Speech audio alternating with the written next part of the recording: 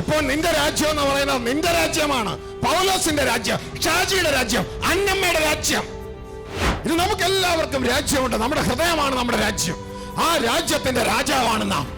ആരെങ്കിലും അവിടെ കേറിയാൽ, നമ്മുടെ ഇഷ്ടത്തിന് വിരോധമായി എന്തെങ്കിലും പറഞ്ഞാൽ നമ്മൾ സമ്മതിക്കത്തില്ല. നമ്മൾ ആ രാജ്യത്തെ കീപ്പ് ചെയ്യും. നമ്മുടെ സ്വന്തം രാജ്യം.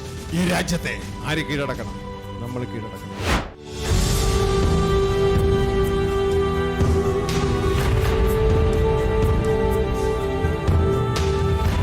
ക്രിസ്തു ഓൾറെഡി സ്വർഗീയ പിതാവുമായി ചേർന്ന് കഴിഞ്ഞിരിക്കുക.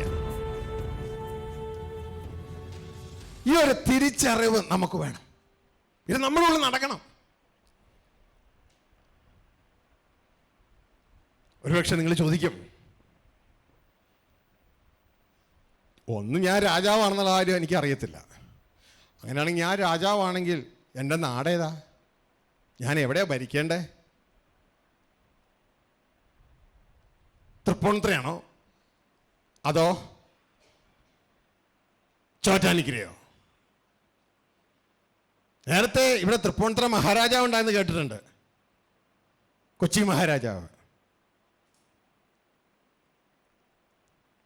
നേരത്തെ കോഴിക്കോട് സാമൂതിരി ഉണ്ടായെന്ന് കേട്ടിട്ടുണ്ട്. പുള്ളി അവിടെയാണ് ഭരിച്ചിരുന്നത്. തിരുവിതാംകൂർ രാജാവും ഉണ്ട്. ഞാൻ എവിടെ വാഴണ്ടേ? എൻ്റെ മോളെ, നീ ഭൂമി ഇപ്പോൾ വാഴണ്ട, വെയിറ്റ് ചെയ്യുക. ഭൂമി വേറെ ആളുകൾ വാഴുന്നുണ്ടല്ലോ. കുറച്ചുകൂടി കാലം കഴിയുമ്പോൾ കർത്താവ് ഭൂമിയും കൂടി നിൻ്റെ കയ്യിൽ തരും. ഇപ്പോൾ നിന്റെ രാജ്യം എന്ന് പറയുന്നത് അത് നിന്റെ രാജ്യമാണ്. അത് വേറെ എങ്ങുമല്ല, നിന്റെ ഹൃദയമാണ്. ഇപ്പോൾ നിന്റെ രാജ്യം എന്ന് പറയുന്നത് നിന്റെ രാജ്യമാണ്. പൗലോസിന്റെ രാജ്യം, ഷാജിയുടെ രാജ്യം, അന്നമ്മയുടെ രാജ്യം, ഓരോ വ്യക്തിയുടെ രാജ്യം. അതുകൊണ്ടാണ് നമുക്ക് വായി തോന്നുന്നത് നമ്മൾ വിളിച്ചു പറയണേ. കാരണം നമ്മുടെ രാജ്യമാണ്. ജോമോന്റെ രാജ്യം. ജോമന് വായി തോന്നി ജോമനും വിളിച്ചു പറയും. മനോജിന്റെ രാജ്യം, അഭിലാഷിന്റെ രാജ്യം, ഓരോരുത്തരുടെ രാജ്യം. ഞാൻ പറഞ്ഞതുപോലെ, നോ മോർ, ഞാൻ പറഞ്ഞതുപോലെ, അത്യുന്നതനായ ദൈവം ക്രിസ്തു മുഖാന്തരം പറഞ്ഞതുപോലെ, അതാ ദൈവരാജ്യം. ഇത് നമുക്ക് എല്ലാവർക്കും രാജ്യമുണ്ട്. നമ്മുടെ ഹൃദയമാണ് നമ്മുടെ രാജ്യം. ആ രാജ്യത്തിന്റെ രാജാവാണ് നാം. ആരെങ്കിലും അവിടെ കേറിയാൽ, നമ്മുടെ ഇഷ്ടത്തിന് വിരോധമായി എന്തെങ്കിലും പറഞ്ഞാൽ നമ്മൾ സമ്മതിക്കത്തില്ല. നമ്മൾ ആ രാജ്യത്തെ കീപ്പ് ചെയ്യും. നമ്മൾ ആ രാജ്യത്തെ കീപ്പ് ചെയ്യും. ഹല്ലേലൂയ. നമ്മുടെ സ്വന്തം രാജ്യം. ഈ രാജ്യത്തെ ആര് കീഴടക്കണം? നമ്മൾ കീഴടക്കണം. ഇതിന്റെ ഉള്ളിലുള്ള എല്ലാ വാഴ്ചകളെയും അധികാരങ്ങളെയും കർത്തൃത്വങ്ങളെയും നമ്മൾ നീക്കണം. എന്നിട്ട് ഈ രാജ്യം ക്രിസ്തുവിന്റെ കയ്യിലേൽപ്പിക്കണം.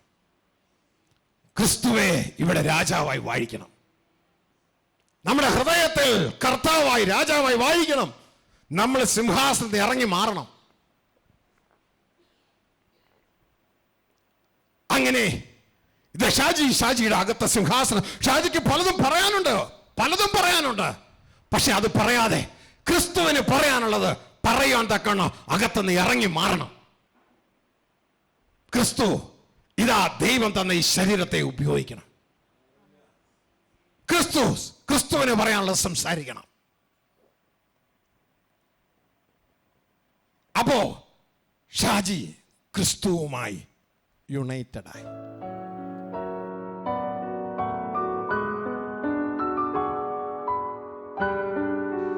അപ്പൊ ഞാൻ ആ പുസ്തകമൊക്കെ എനിക്ക് കിട്ടി. ഭയങ്കര അനുഗ്രഹമാണ്. ഞാനിപ്പോ ചർച്ചിൽ അത് നന്നായിട്ട് പഠിപ്പിക്കുന്നുണ്ട്. ആ വിഷയങ്ങൾ ഭയങ്കരമായിട്ട് നമ്മുടെ ആത്മീക തല അതുകൊണ്ട് തുറന്നു.